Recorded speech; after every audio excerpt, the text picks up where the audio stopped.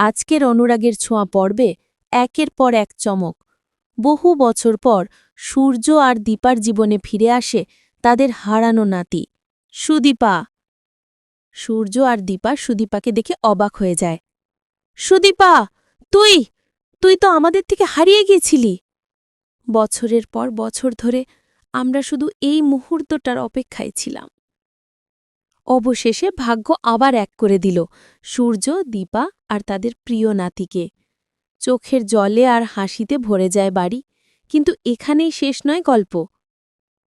কুন্তলার ষড়যন্ত্র শুরু। এদিকে কুন্তলা আবারও এক নতুন ফন্দি আঁটছে। তার টার্গেট এবার রূপা, কিন্তু ভাগ্য এবার ওর বিপক্ষে। যখন কুন্তলা রূপার ক্ষতি করার চেষ্টা করে, ঠিক তখনই ঘটনাস্থলে উপস্থিত হয় সুদীপা। তুমি কি করছো কুন্তলা খালা? এবার তোমার মিথ্যে মুখোশ আমি খুলে দেব। সবাইয়ের সামনে কুন্তলার আসল মুখ ফাঁস হয়ে যায়। দীপা এবার দৃঢ় কণ্ঠে বলে, এখন আর কেউ আমার পরিবারকে ভাঙতে পারবে না। এ পরিবার আমার জীবনের শক্তি। আমরা একসাথে ছিলাম, একসাথেই থাকব।